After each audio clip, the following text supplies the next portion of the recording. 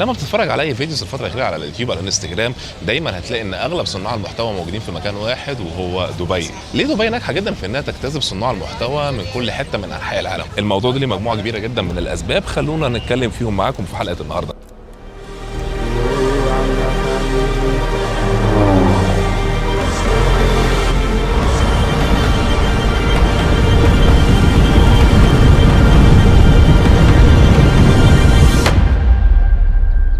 أكيد لاحظت في السنين الأخيرة إن صناع محتوى كتير خلاص سابوا بلادهم ومقيمين حاليا في دبي، مش بس على مستوى الوطن العربي، كمان على مستوى صناع المحتوى من كل مكان في العالم، لدرجة إنك كل ما تسكرول على أي منصة من المنصات أكتر دولة أو مدينة هتشوف عنها فيديوهات هي دبي. لكن إيه السر الخفي ورا الكلام ده؟ في حلقة النهاردة هنكشف لكم إزاي دبي قدرت تبني المعادلة ديت، وليه كل يوم بيزيد عدد صناع المحتوى اللي بيعتبروا دبي بيتهم الجديد. دبي قدرت إنها تجتذب قوة العصر الحديث وتخلي القوة دي موجودة على أرضها وتضيف ليها كتير كمان. صناع المحتوى اللي بيشكلوا آراء الملايين يوميا، اللي عندهم القدرة انهم يغيروا اتجاهات السوق ويأثروا على قرارات الشراء والسفر وحتى اسلوب الحياة. اخر 100 سنة الدول القوية او المتقدمة كانت بتحاول تجتذب العلماء والعقول اللي قيمتها اكبر مما تتخيل. دبي قررت تستثمر في حاجة تانية خالص، وهم صناع المحتوى، قوة العصر الحديث. قبل ما نبدا الفيديو هوريك حاجه صغيره توريك قد ايه البلد دي جاذبه لاي صانع محتوى. اي وقت بدخل فيه مطارات دبي بطلع الموبايل وبصور بمنتهى السهوله، محدش بيجي يقول لك انت بتصور ليه ولا بتعمل ايه. اي نعم الظروف الامنيه في كل دوله من الدول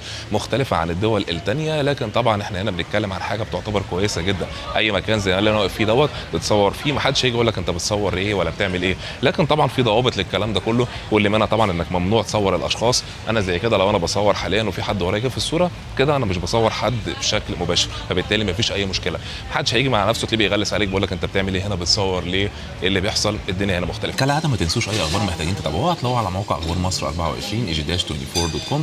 اما اي كتب محتاجين تعرفوا التقييمات بتاعتها وقريب ان شاء الله برضو تقروها هتلاقوها على موقع بوكبيديا.com. اما لو محتاجين تتعلموا اي كورسات بشكل مجاني بالكامل هتلاقوها على موقع منصه معارف.com. اول واهم سبب هو الانترنت والبنيه الاساسيه القويه جدا اللي موجوده هنا في الامارات، واللي نادرا ما بتلاقي فيها الانترنت بيقطع او السرعه بتاعته بتضعف.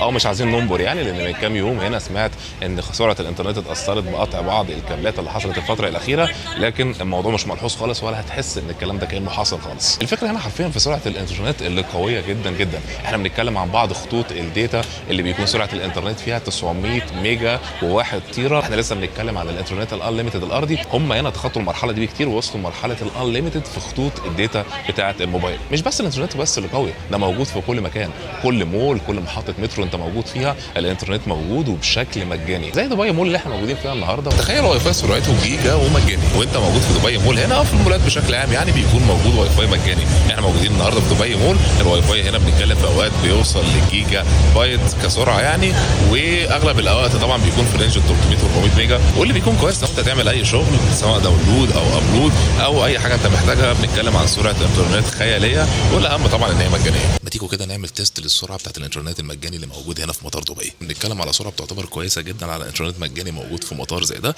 بنتكلم في داونلود سرعه 97 ميجا بايت وزيها تقريبا 98 ميجا بايت للابلود، فبيعتبر رائع جدا لو انت قاعد بتعمل اي شغل هنا مش هتحس ان انت عطلان. كام على التست سبيد؟ 980 950. بمجرد ما بتعدي على المطار وبتختم طبعا الجواز بتاعك هناك، المفترض انك تاخد الشريحه ديت واللي بيكون فيها 10 جيجا بايت مجانا انترنت يعني، وبتقدر ان انت تستخدمها وتشحنها بعد كده كمكالمات او انترنت.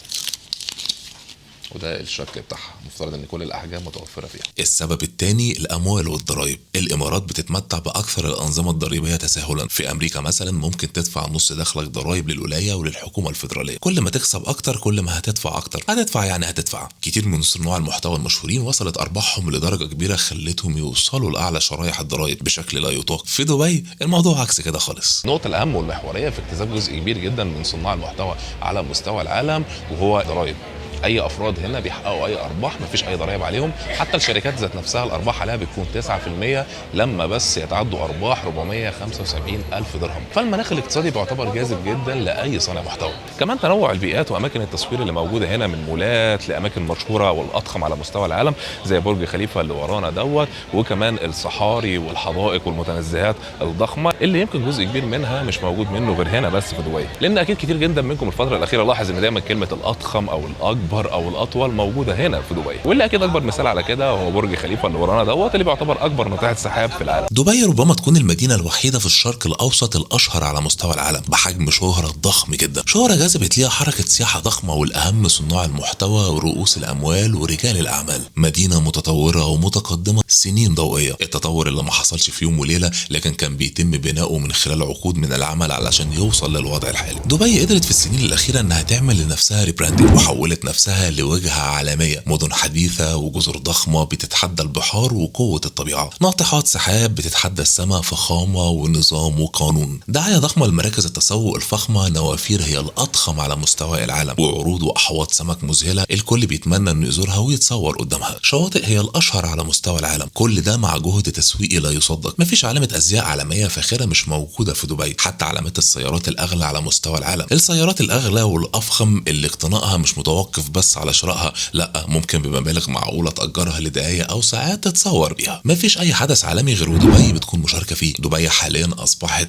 كعبة لصناع المحتوى. نقطة تانية مهمة جدا وهي دبي جاذبة لجنسيات مختلفة، بالتالي هنا بتلاقي قصص كتير مختلفة لصناعة المحتوى. محور تاني مهم جدا هنا وهو ان الدولة اصلا داعمة للنوع دوت من الصناعة وهي صناعة المحتوى. النهارده طبعا بنتكلم عن اقامات ذهبية بياخدوها صناع المحتوى المميزين طبعا، واي حد بيقدر يقدم عليها ولو الشروط بتنطبق عليه بياخدها بمنتهى السهولة. احنا هنا طبعا بنتكلم عن دولة فاهمة يعني ايه صناعة المحتوى وتأثيرها على اجتذاب الناس. النهارده الكم الضخم من صناع المحتوى دوت لما يكونوا موجودين في دولة زي ديت ما كده كده اصلا اوريدي بيعملوا دعاية ببلاش. لو حد نزل النهارده يصور الفطار بتاعه او الفلوج بتاعه الطبيعي، مش هنتكلم عن الافلام الوثائقية اللي بتكون متخصصة، ده في حد ذاته بيكون كفاية جدا للدعاية للاماكن ديت.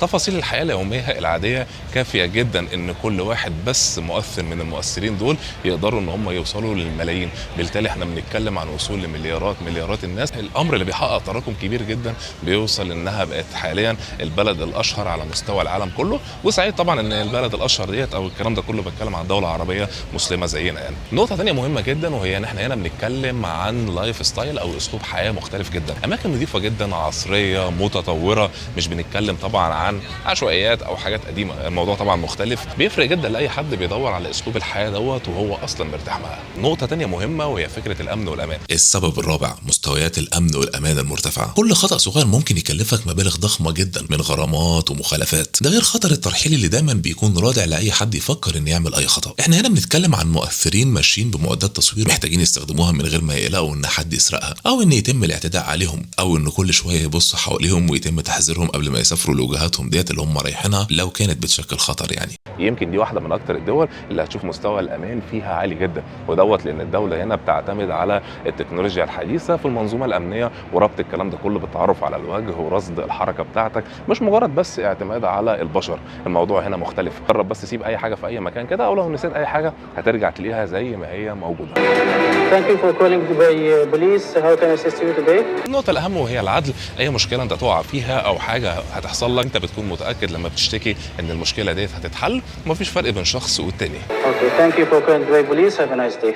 مطار دبي بيستقبل يوميا 400 مليون راكب وسنويا 90 مليون راكب، وبيعتبر اكثر مطارات العالم ازدحاما. لكن ده ليه بيفيد صناع المحتوى في ايه؟ الموقع الجغرافي الفريد، دبي موجوده تقريبا في منتصف الطريق ما بين الشرق والغرب، وده بيخليها محطه مثاليه للرحلات العابره للقارات. قوه شركه طيران الامارات اللي بقت ايقونه عالميه في خدمات الطيران ومعها شبكه وجهات ضخمه بتربط دبي بكل العواصم المهمه تقريبا. البنيه التحتيه العملاقه للمطار نفسه، من الصالات الحديثه والخدمات اللي بتلبي كل الاحتياجات لحد التكنولوجيا المتقدمه اللي بتسهل حركه مئات الالاف من المسافرين يوميا من غير تعقيد. النتيجه ان دبي بقت مش مجرد محطه عبور لكنها وجهه رئيسيه بيقصدها ملايين الاشخاص سنويا، وده بيدي صناع المحتوى ميزه ضخمه. جمهور متنوع من كل الجنسيات والثقافات بيمر من هنا يوميا، وجزء كبير منهم بيدخلوا دبي، بالتالي قصص وتجارب اكثر واحتكاك بثقافات مختلفه. المطار تم افتتاحه سنه 1960 ومن لحظتها لحد دلوقتي بيعتبر واحد من اكثر المطارات ازدحاما على مستوى العالم. وقت ما تم افتتاحه كان مجرد مبنى صغير ومدرج صغير كده لحد ما وصل للمرحله اللي انتم شايفينها دي. مطار دبي حاليا بيعتبر واحد من اكثر المطارات ازدحاما على مستوى العالم. احنا بنتكلم عن اكثر من 90 شركه طيران واكثر من 260 وجهه المطار دوت بيروح عليهم، لدرجه ان انت لو في اي دوله من دول الشرق الاوسط وحبيت تروح المالديف او اي جزء من شرق اسيا لازم الطياره بتاعتك او لازم يكون عندك ترانزيت هنا في دبي. مطار دبي بيعتبر واحد من اشهر الاماكن اللي الناس بتعمل فيها شوبينج. هنا كل حاجه ممكن تلاقيها، لدرجه حتى العربيات كمان بتنباع هنا. ذهب، ساعات، هدايا، مشروبات، كل حاجه ممكن تلاقيها اهو تيجي في خيالك هتلاقيها هنا. المطار بيخدم اكتر من 85 مليون مسافر سنوي، بنتكلم عن 90 شركه طيران زي ما قلنا لكم، واكتر من 260 وجهه المطار بيخرج منه رحلات ليه. تخيل ان عدد الركاب اللي بيعدوا على ارض المطار دوت قد يتجاوز عدد سكان بعض الدول. مطار دبي مش مجرد مكان الناس بتستنى فيه الطيارات بتاعتها، احنا بنتكلم عن تجربه كامله بتعكس هويه دوله انطلقت خلاص ناحيه المستقبل. دبي طبعا والامارات بشكل عام بكل الحداثه والتطور اللي هم وصلوه، كان طبيعي جدا ان احنا نلاقي المطار بتاعهم بالمستوى اللي انتم شايفينه ده.